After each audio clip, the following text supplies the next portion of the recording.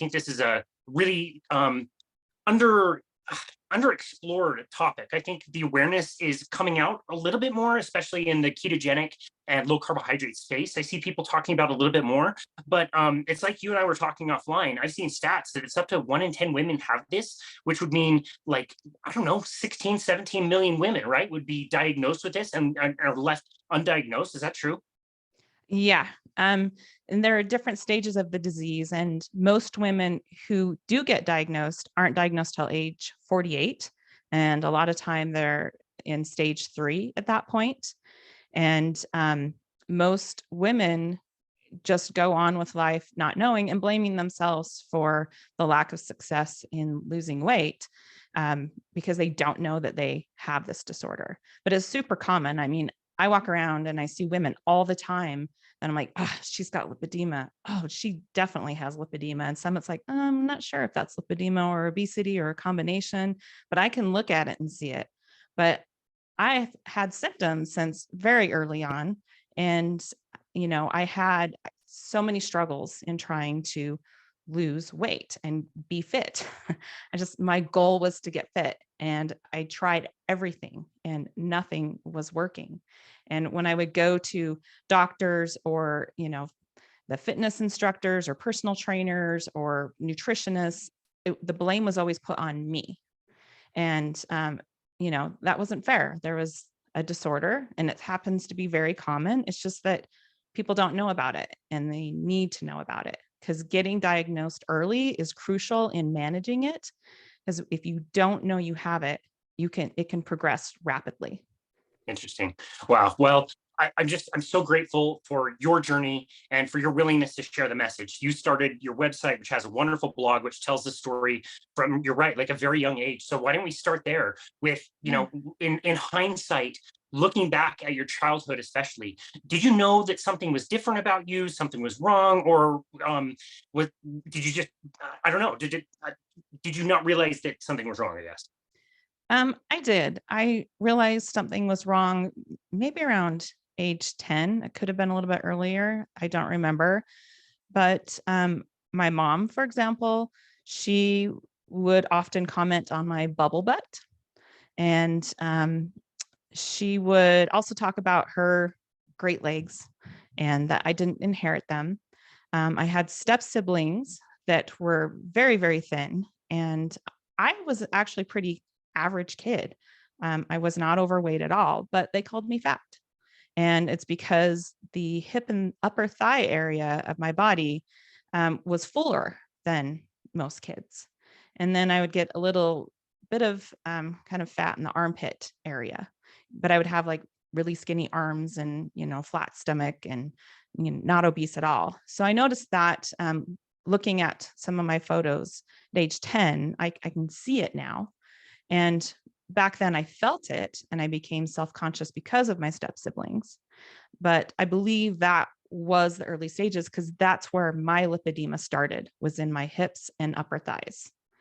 And then around age 11, I started having issues with falling down and rolling my ankles. I developed scoliosis, and my dad took me to the doctor, and the doctor diagnosed me with scoliosis, but he never looked at my hypermobility that was in my legs and arms. He didn't look at the cause of the scoliosis, which is usually related to our connective tissue. And I struggled in gym class. I hated gym.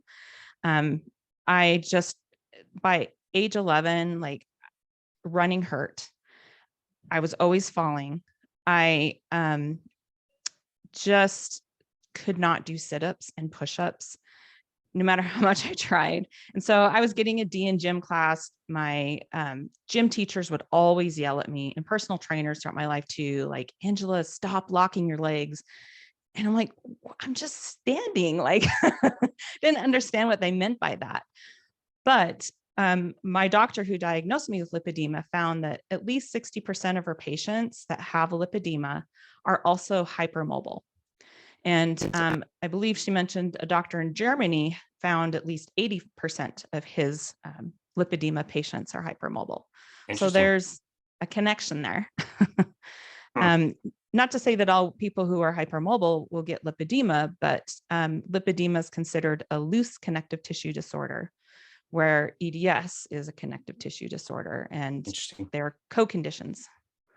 So then as I got into puberty, the boys, I'd walk down the hall and I could hear them just talking about my fat ass. And here I am, I'm still not an overweight girl, and this is back before Sir Mix-a-Lot came out with his song. So all the girls were all very thin and small butts, and I had this big butt. And at that point, like, I could no longer share clothes with my mom because I couldn't get them around my hips. And I would have to wear bigger sizes of pants just to get them around my hips, but then they'd be really big in my waist. So I just stopped wearing jeans altogether, and I grew to love leggings early on in life. And then I became embarrassed about wearing short skirts or swimsuits because I thought I had cellulite and up in that upper thigh area and behind. And I just assumed that's what it was.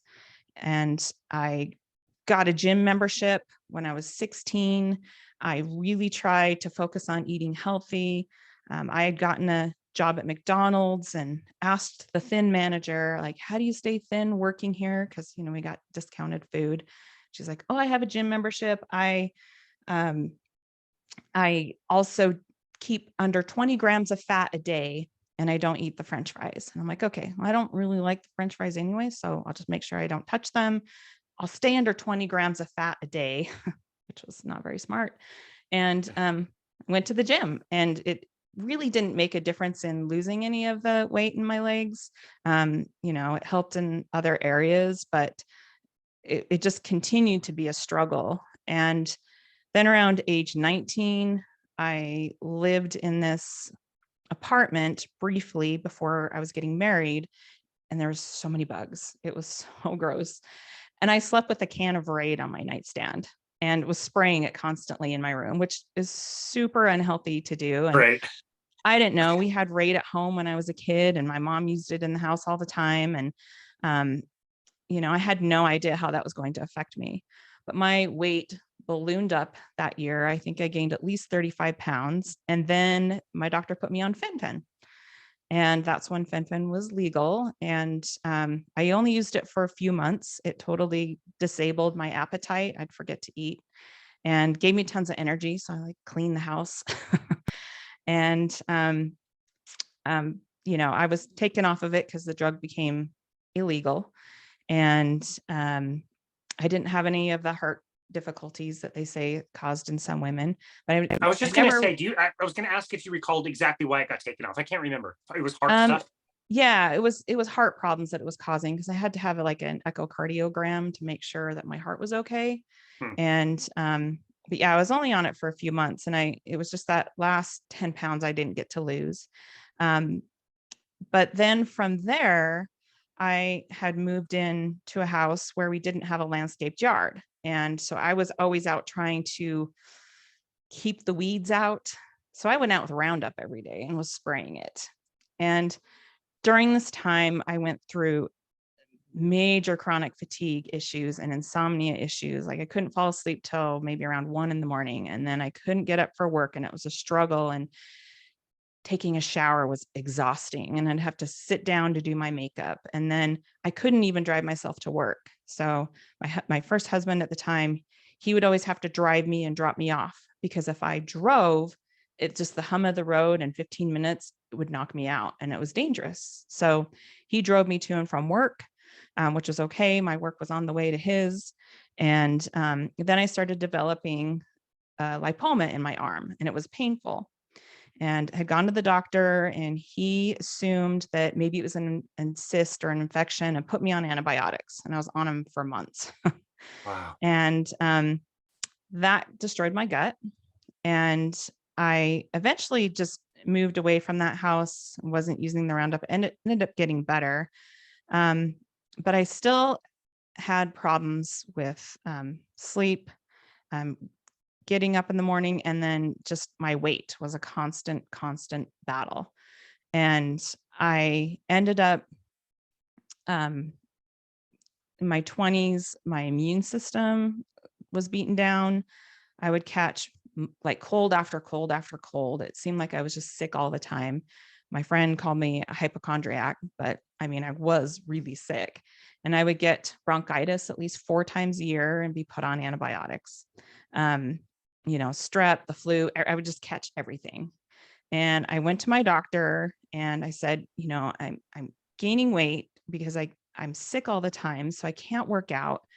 And I just don't understand why I keep getting sick. Other people that I work with, they're not getting sick like I am. I'm just catching everything that comes in the office. And she told me it's because I wasn't taking my Advair daily. And if I took my Advair daily, I would not get sick like that anymore. And I didn't believe her. I just thought didn't make any sense at all.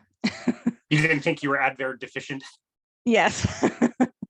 So I decided I needed to figure this out for myself because I'd gone to the doctor numerous times. I had tons of digestive problems. I'd seen a GI doctor. She told me just to take Lactate, and I wasn't getting through with the doctors. I wasn't getting anywhere. I wasn't getting any help. So I ended up just wandering around Whole Foods going, okay, something here is going to help me. Something here is going to help fix my immune system and help me lose weight. And I came across Dr. Hyman's detox box. And it was just a little booklet and flashcards that teach you how to do yoga, meditation, hot and cold showers, and then you completely overhaul your diet. But it's supposed to just be for 30 days. And the diet was just salmon, brown rice, steamed veggies, and then rice protein shakes, like plain rice, unsweetened protein shakes, ground flax, and you could use some berries to sweeten it. And I think that was it. There might have been flax. Yeah, there's flax oil, and then bentonite clay and psyllium. So I did this thing for 30 days. And I was amazed about how great I felt. But at the time, I thought it was eating more, whole foods, plant-based that put me on that track. And the diet itself was super hard to sustain. I just could not wait to finish it. But I remained like gluten-free and dairy-free after that diet, and ended up really increasing oxalates and nightshades. And I started having some more issues. I started gaining weight again after I had lost weight.